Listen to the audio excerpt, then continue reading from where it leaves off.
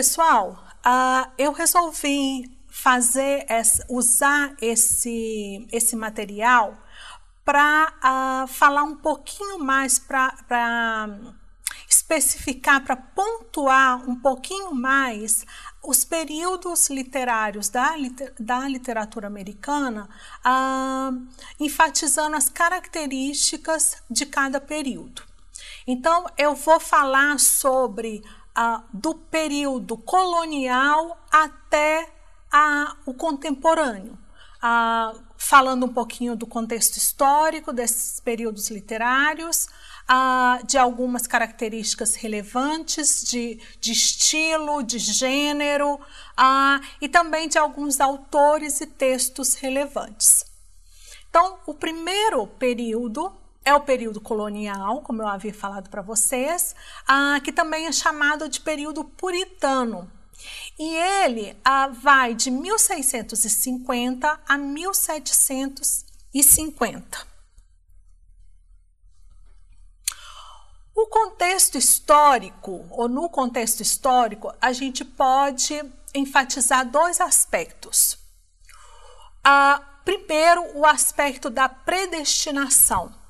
Os puritanos acreditavam muito na questão da predestinação, ou seja, o destino de uma pessoa é determinado por Deus e não há como você modificar esse seu destino. E uma outra característica também bastante forte e marcante na literatura desse período é a ideia do pecado original. Então, nessa cultura puritana, todas as pessoas são corruptas e devem ser salvas por Cristo. Isso com base no que eu havia dito, né, na ideia de pecado original. Também, como eu falei para vocês no encontro presencial, que de uma certa forma está um pouco relacionado com esse período, ou é desse período colonial, eu falei para vocês a respeito dos diários, e também um outro gênero literário muito utilizado são os sermões e as narrativas pessoais. Os sermões, principalmente, com esse intuito de catequização, com o intuito de fazer com que as pessoas aceitem ou sigam de uma forma mais rígida os preceitos religiosos. O estilo dessa literatura desse período segue, de uma certa forma, a linguagem padrão, a linguagem comum. Então, não existe nenhuma preocupação de rigor no estilo de escrita, a não ser aquele de realmente atingir, comunicar com as pessoas, com os leitores. E quais seriam os efeitos e os aspectos relevantes em relação a essa literatura colonial? Pelo que eu falei para vocês a respeito dos sermões, principalmente o instrutivo, no sentido também de reforçar a autoridade da Bíblia e da Igreja. Então, é uma ênfase muito grande em seguir os padrões e os valores da religião.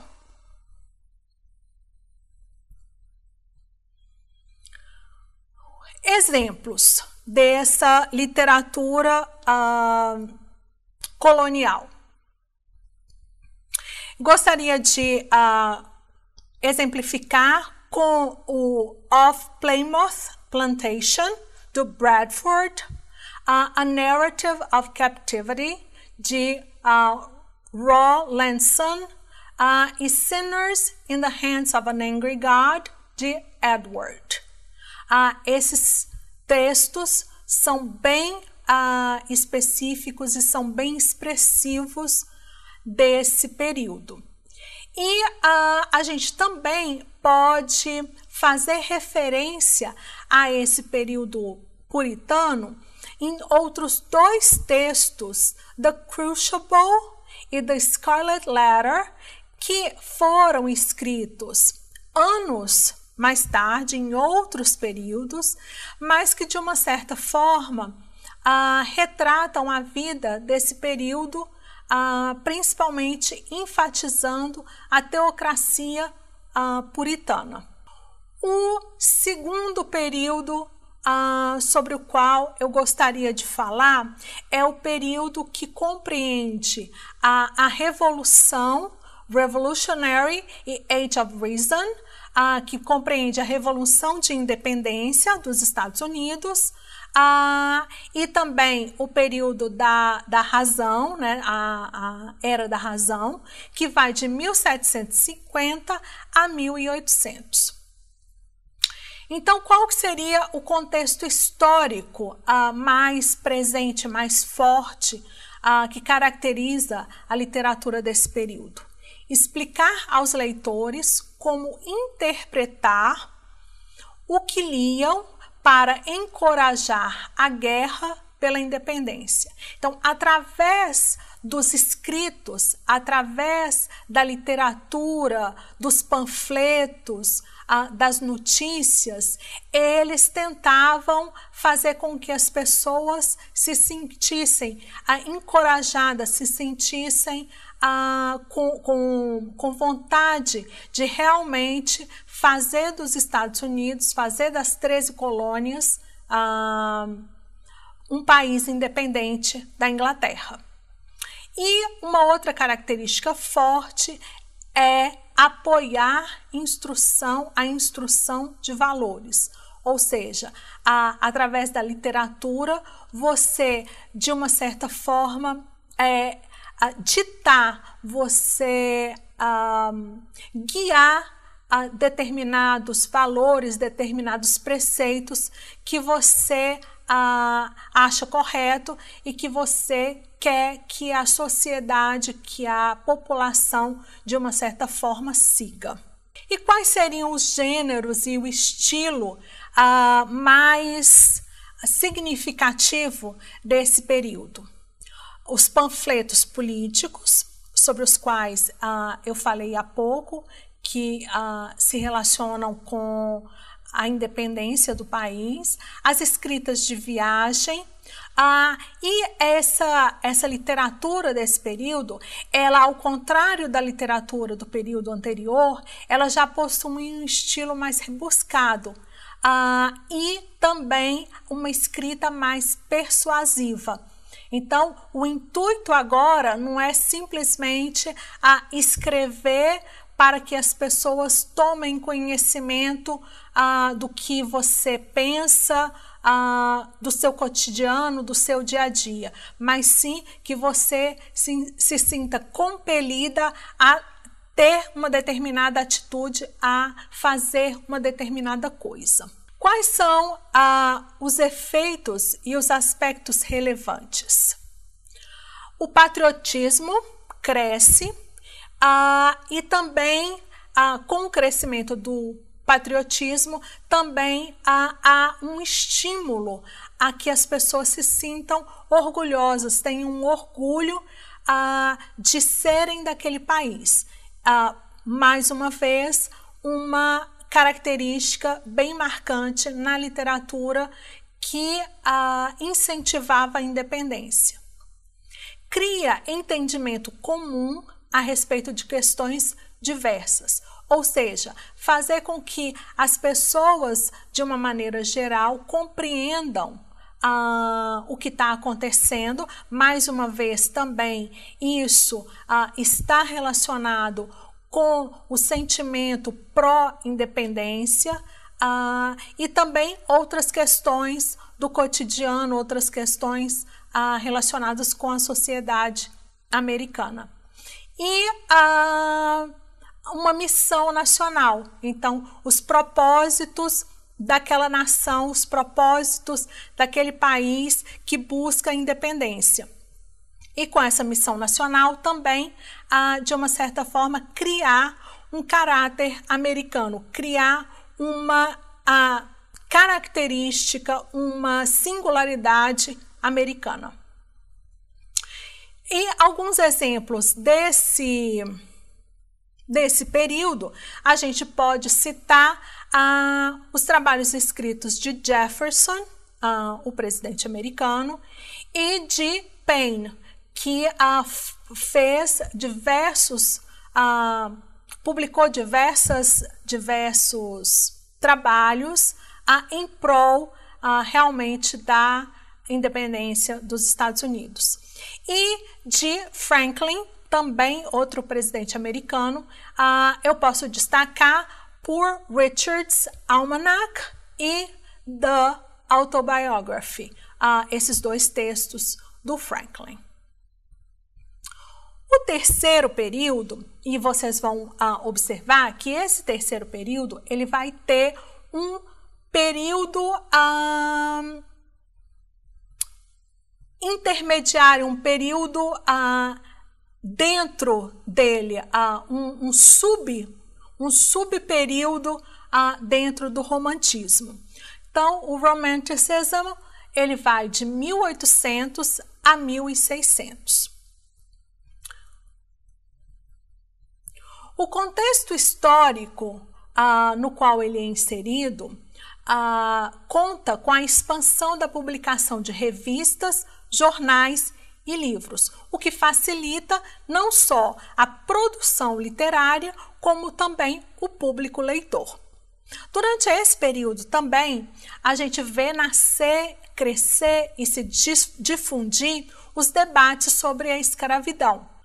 Também, esse período sofre as influências do que a Revolução Industrial trouxe para a sociedade, que foi a ideia de que o jeito antigo, o jeito pré-Revolução Industrial de fazer as coisas, tinha se tornado irrelevante, tinha se tornado obsoleto. Então, uma nova maneira de produção, uma nova maneira de se pensar a produção. E quais são os gêneros e os estilos mais enfatizados durante esse período? As narrativas de escravos, exatamente em decorrência desse crescente apoio pela abolição da escravatura, poesias, contos e encenações de personagens. Então, pequenos, não seriam peças, mas pequenas encenações de algumas situações cotidianas de personagens. E os efeitos e aspectos nós podemos citar: valorizar o sentimento e a intuição e, de uma certa forma, não priorizar a razão. Fugir da corrupção da civilização e dos limites do pensamento racional em direção à integralidade da natureza e à liberdade da imaginação. Então, tudo aquilo que, de uma certa forma, estava relacionado com a Revolução Industrial, com a mecanização, de uma certa forma, não era valorizado pelos escritores. Pelo contrário, os escritores buscavam fugir de toda essa mecanização, de toda essa revolução que a Revolução Industrial proporcionou. E parte desse contexto pelo qual eles defendiam a produção literária estava relacionado com a natureza, que proporciona reflexões e não simplesmente a mecanização, o trabalho mecânico. Outros dois aspectos relacionados a esses efeitos e aspectos.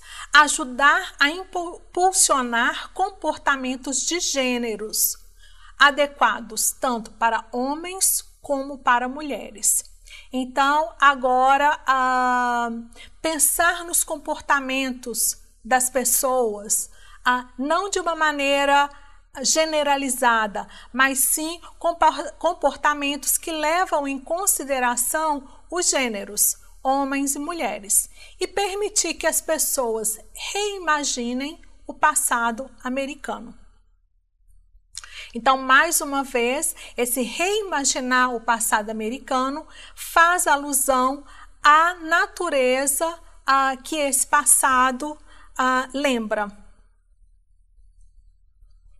Alguns exemplos dos escritos desse período romântico podem ser Rip Van Winkle, de Washington Irving, Thanatopsis, de William Cullen Bryant, We Wear the Mask, de Dunbar, os poemas de Emily Dickinson e os poemas de Walt Whitman. Esses são os escritores mais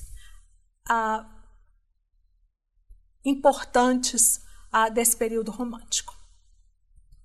Como eu havia falado para vocês, dentro do próprio período romântico existe um subperíodo.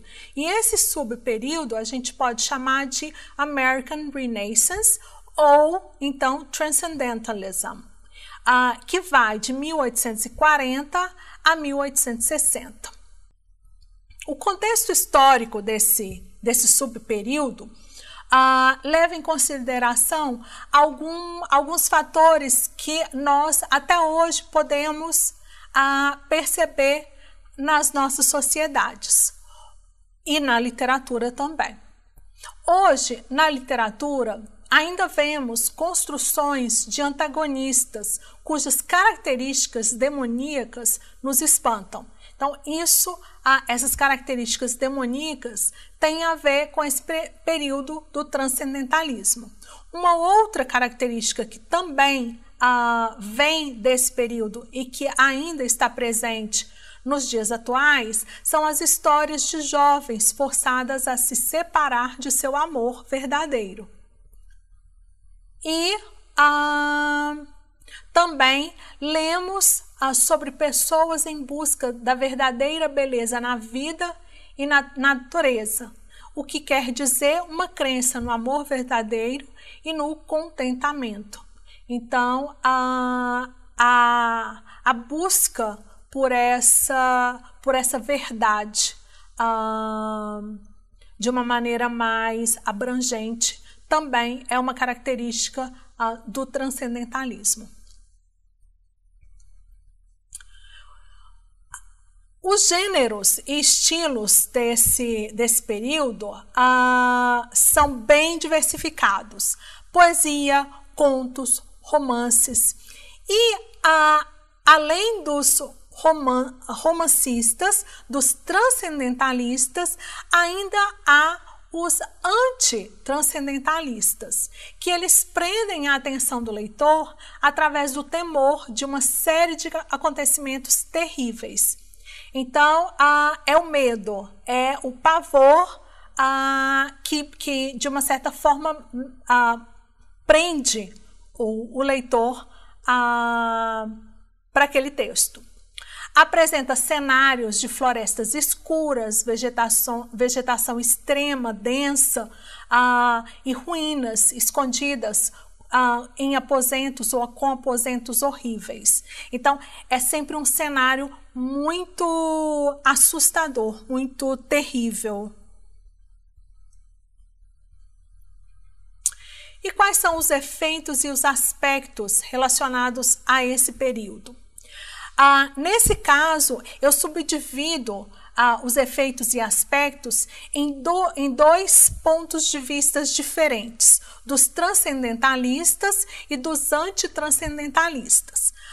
Os efeitos e aspectos dos transcendentalistas são realidade verdadeira, a realidade verdadeira é a espiritual. Então, é essa conexão com o espiritual, com o mundo espiritual. E esse transcendentalismo, essa ideia, essa corrente, tem origem no filósofo do século XVIII, Immanuel Kant. Outra característica, outro efeito, os transcendentalistas, eles também são idealistas, são autodependentes e têm uma característica muito forte de individualismo. E os dois autores mais característicos que representam essa ideia são o Emerson e o Thoreau. Já em relação aos antitranscendentalistas, nós podemos pensar no uso do simbolismo de grande efeito. Então, um uso bastante significativo de simbolismo para criar grandes efeitos. Também o pecado, a dor e a existência do mal são bem explorados para criar essa atmosfera de terror e de temor. E os autores que melhor trabalham essas características são o Poe, o Hawthorne e o Melville. Pensando agora de uma maneira geral no transcendentalismo, como exemplos de textos, a gente pode pensar nos poemas e nos ensaios de Emerson e de Thoreau, Eldon, que é um livro publicado por Thoreau, nos aforismos de Emerson e Thoreau, The Scarlet Letter, de Nathaniel Hawthorne, sobre o qual eu havia falado anteriormente no período colonial, e The Mask of the Red Death e The Black Cat, do Poe. Então, esses são os textos mais significativos desses autores que a gente classifica dentro do transcendentalismo. E aí, transcendentalismo e antitranscendentalismo na mesma medida. O próximo período é o realismo. O realismo, ele vai de 1855 até a Guerra Civil e o pós-guerra, e o período pós-guerra. Então, o contexto histórico desse período do realismo, ele traz duas características marcantes. A Guerra Civil traz a demanda de um tipo de literatura mais verdadeiro, que não idealiza pessoas nem lugares, e também traz fotografias dos campos de batalha. Lembrando que quando a gente fala em guerra civil, nós estamos falando na guerra que veio depois a promover a abolição da escravatura nos Estados Unidos, que é diferente da guerra pela independência. Então, os Estados Unidos passou por duas guerras significativas na sua história, em seu território, que foi a guerra pela independência e depois a guerra civil, que já é uma guerra entre o norte e o sul do país, e que tem como um dos motivos a abolição da escravatura. E quais são os gêneros e os estilos mais recorrentes desse período? Os romances e os contos. E no caso, o narrador desse período, ele é bastante objetivo. Ele não tem a intenção de dizer ao leitor como interpretar a história. Pelo contrário, ele muitas vezes deixa a história, de uma certa forma, conduzir o leitor a uma determinada interpretação. E os diálogos incluem vozes de diversas partes do país. Então, são textos que trazem para o leitor essa diversidade de sotaques, essa diversidade de linguagens, de formas de utilização da língua inglesa nos textos literários. Bom, em relação aos aspectos e efeitos desse período, eu gostaria de destacar dois: o realismo social e o realismo estético. O realismo social objetiva mudar um problema social específico, ou seja, o autor, através do seu texto literário, ele vai abordar, ele vai discutir algum problema social ali do momento, que aflige a sociedade como um todo. Então, ele tenta fazer com que os leitores pensem, reflitam a respeito daquele problema, com o objetivo realmente de transformar a sociedade, de mudar a sociedade através daquele texto literário. E no caso, o realismo estético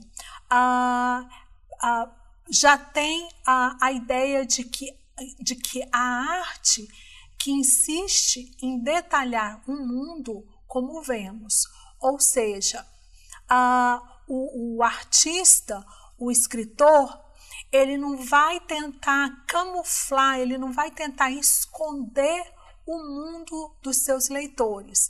Pelo contrário, ele vai expor o mundo como ele o vê. Então, mais uma vez, importa ou é interessante o fato das diferentes vozes dos artistas. Porque um artista, um escritor que vai retratar a sociedade, que vai retratar o mundo do sul dos Estados Unidos, ele vai trazer um detalhamento desse mundo no qual ele vive, que provavelmente é diferente do mundo em que um morador que mora no meio dos Estados Unidos, que mora no norte dos Estados Unidos, vive. Então, essa riqueza de detalhes, essa preocupação em mostrar o mundo como ele realmente é, faz com que também o leitor que não convive com aquela realidade, ele tenha uma ideia, ele tenha uma imagem mais real, mais característica daquele cenário descrito pelo escritor. Os exemplos que eu gostaria de destacar em relação a esse período são os escritos de Twain, Burns e Crane, além da narrativa The Narrative of the Life of Frederick Douglass, que seria uma autobiografia desse escritor, e The Adventures of Huckleberry Finn, de acordo com alguns críticos, a gente poderia até classificar esse romance como sendo o primeiro romance moderno dos Estados Unidos. Como eu falei para vocês também, uma das características fortes desse período são as vozes regionais. Então, algumas dessas vozes regionais que eu gostaria de destacar são os textos The Awakening, Ether From e My Antonia, sendo que My Antonia, alguns também classificam esse texto como já sendo um texto moderno e não realista.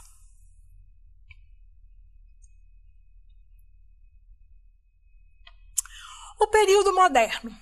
O período moderno compreende dos anos de 1900 a 1950. E o contexto histórico no qual ele está inserido, os escritores desse período, eles refletem as ideias de Darwin. Qual que seria a característica principal da ideia de Darwin? A sobrevivência do mais apto. E também de Karl Marx, que fala sobre a estrutura econômica e a estrutura de classe, como que essas estruturas controlam uma nação.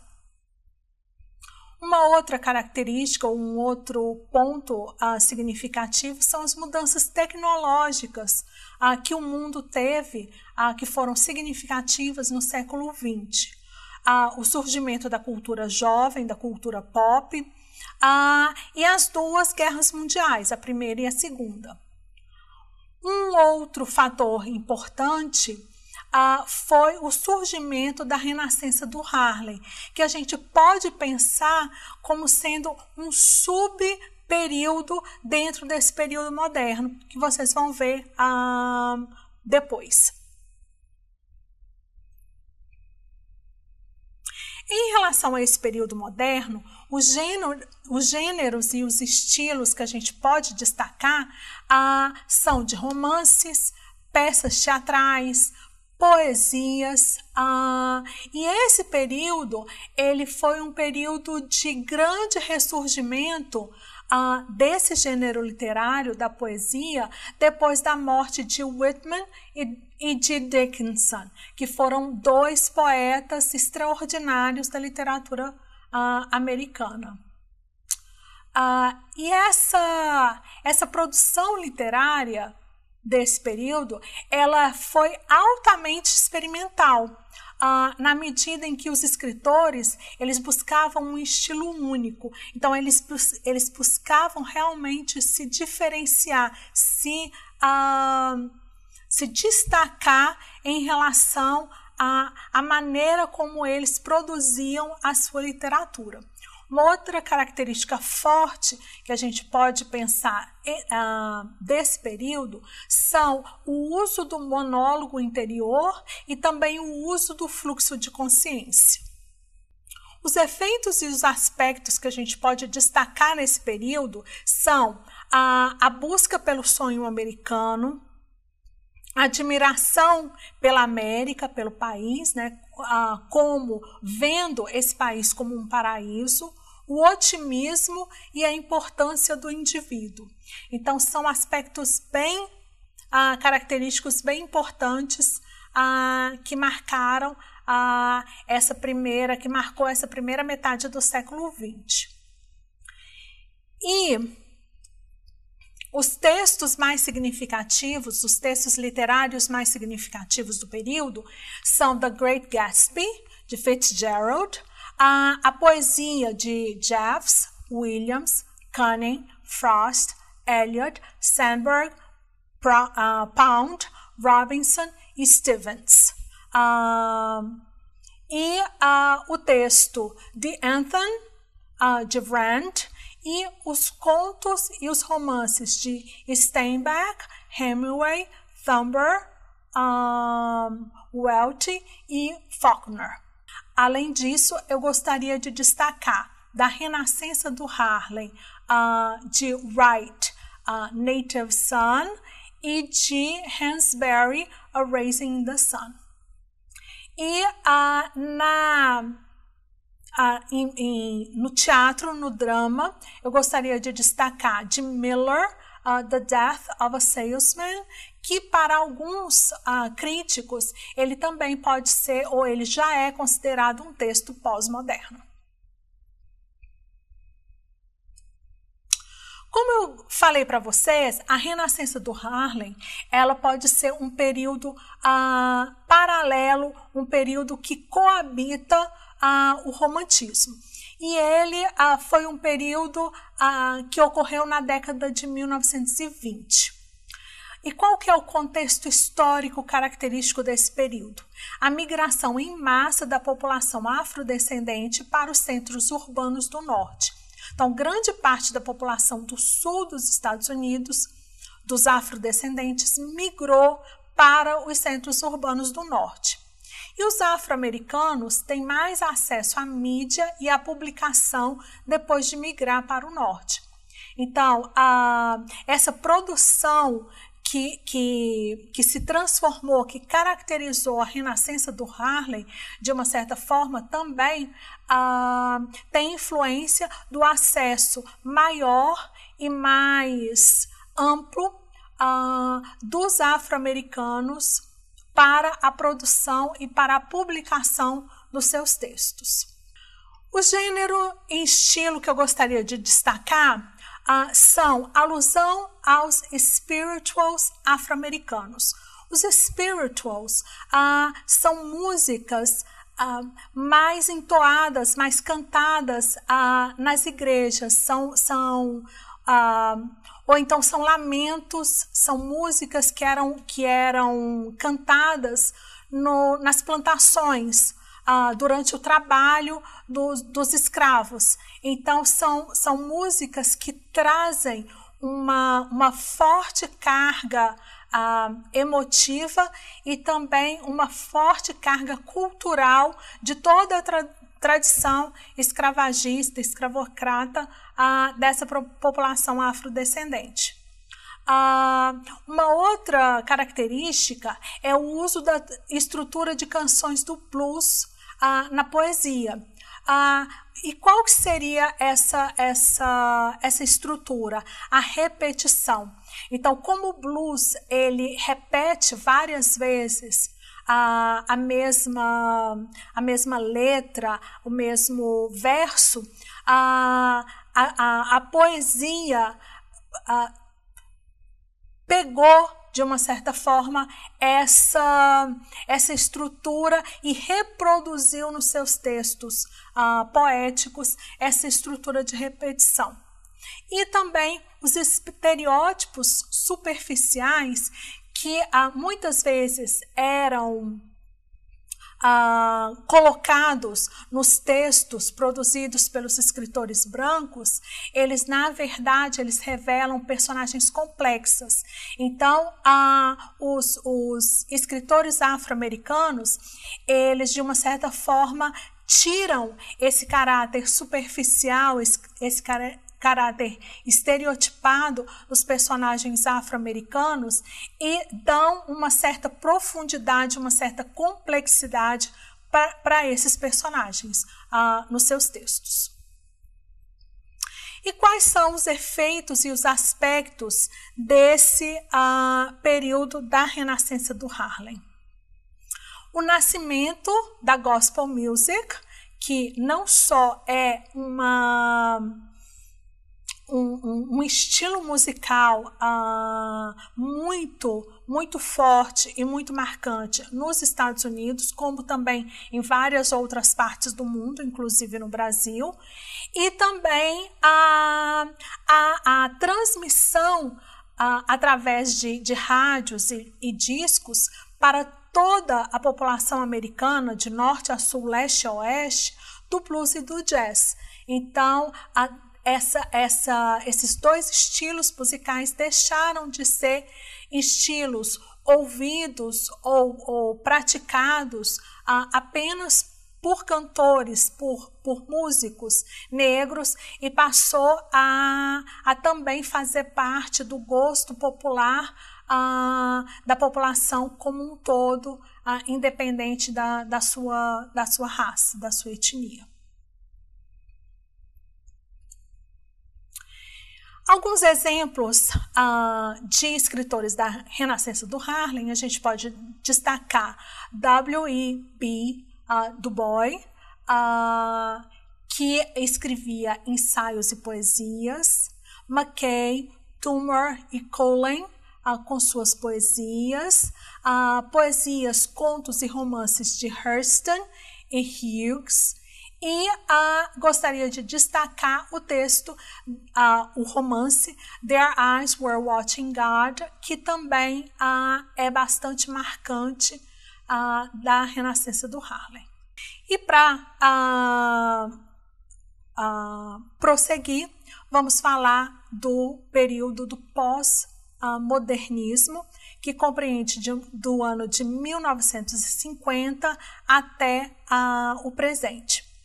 E o contexto histórico desse período, a gente pode destacar a prosperidade do pós-Segunda Guerra Mundial, que os Estados Unidos vivenciou.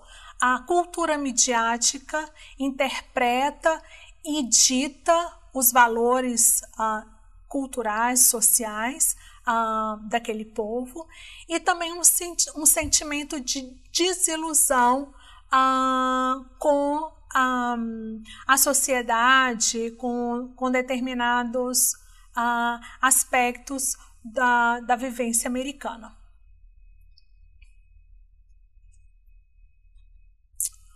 O estilo e o gênero desse período, ele é bastante diversificado, porque ele é uma mistura de fantasia com a não ficção. Ele desfoca as linhas da realidade para o leitor. Então, ele, de uma certa forma, é um texto que o leitor ele precisa se conectar com esse texto de maneira a não se perder na narrativa, porque é uma narrativa que, pela própria construção do texto, ela pode levar o leitor para uma confusão do texto, porque ele tem essa característica de desfocar as linhas da realidade. É um texto que normalmente exclui o herói. Ela tem uma preocupação com um indivíduo isolado, com questões sociais, na medida em que os escritores se associam a grupos feministas ou étnicos. Então, é um período em que os escritores, se eles se autodenominam ou se eles possuem alguma característica específica que é partilhada com outras pessoas, esse grupo de pessoas pode formar um grupo e ali criar como se fosse um grupo de afinidades em que determinadas questões sociais, culturais vão ser abordadas por eles nos seus textos literários ou não literários. Existe uma frequência bem significativa da ausência de humor, há uma predominância de narrativas, também de metaficção, ou seja, a ficção que fala da própria ficção. Em geral, o tempo da narrativa é um tempo presente, e também alguns autores utilizam do realismo mágico. Aspectos e efeitos desse período. Gostaria de destacar a explosão das distinções entre as classes. Então, fica mais evidente, fica mais claro essa diferença entre classes durante esse período. Insiste também que os valores não são permanentes, mas somente local ou histórico. Então, isso tem a ver também com a questão dos grupos, sobre os quais eu estava falando há pouco, porque à medida que você, de uma certa forma, compartilha determinados valores, determinadas ideias com um grupo, não necessariamente aqueles valores, aquelas ideias, eles serão universais. Eles podem ser valores daquele grupo, podem ser características de um determinado grupo específico ou de um determinado período histórico específico. Então, por isso, essa observação relevante em relação a esse período literário. E os exemplos desse período que eu gostaria de destacar são The Naked and the Dead e The Executioner's Song de Mailer, poetas de questões feministas e sociais como Plath, Rich, Sexton, Levertov, Baraka, Cleaver, Morrison, Walker e Giovanni. The Death of a Salesman e The Crucible de Miller, que para alguns é pós-moderno, para outros moderno. Lawrence, os trabalhos de Lawrence e Inherit the Wind de Lee, In Cold Blood de Capote, Contos e Romances de Vonnegut, Catch in the Ray de Salinger, Beat Poets, Kerouac, Burroughs e Ginsberg, e One Flew Over the Cuckoo's Nest de Casey. E, finalmente, o período contemporâneo, que vai de 1970 até o presente. Notem que tanto o pós-moderno como o contemporâneo vão de um determinado ano até o presente, porque esses dois períodos, eles de uma certa forma, eles se sobrepõem. Um período não deixa de existir para que o outro passe a existir.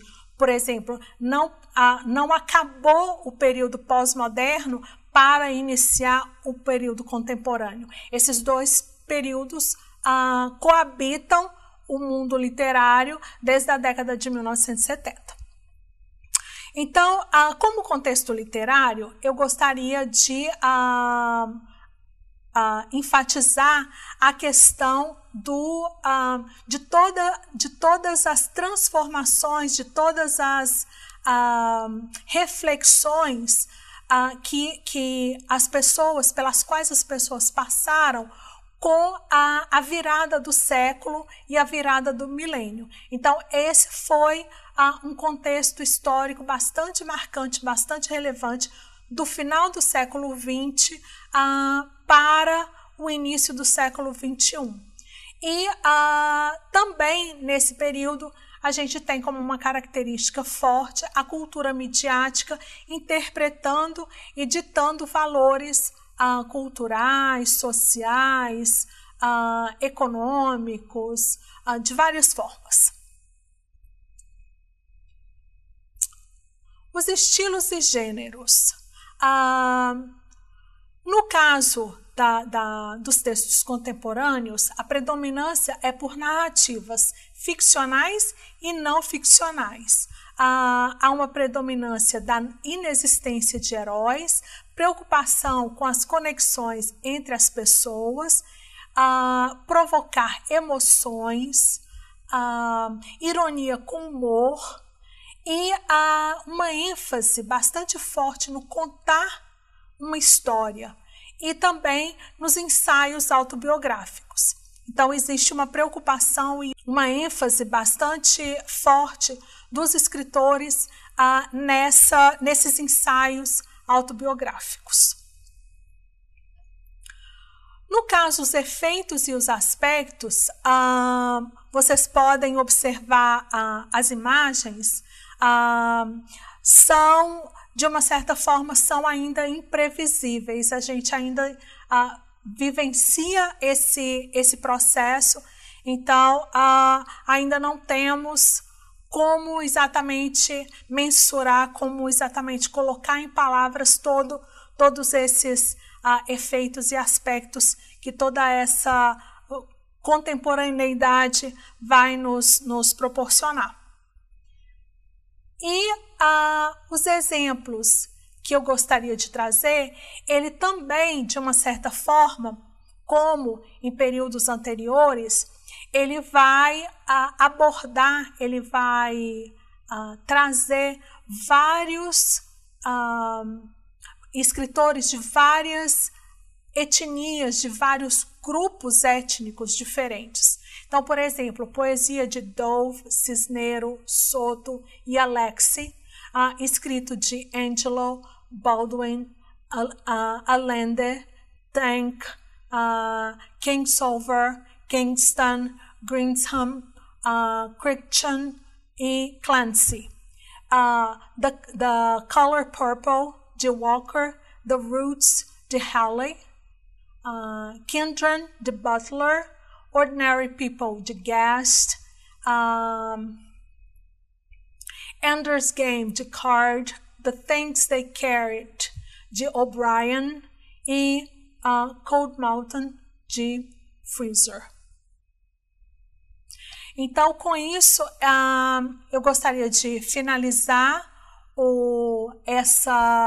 esse pequeno panorama da literatura, ou dos períodos literários da literatura americana, para que vocês complementem o texto do guia de estudo de vocês e também para que vocês tenham outras referências de outros textos literários que vocês podem, no futuro, terem curiosidade de ler, de saber mais sobre a escrita desses outros escritores. Muito obrigada.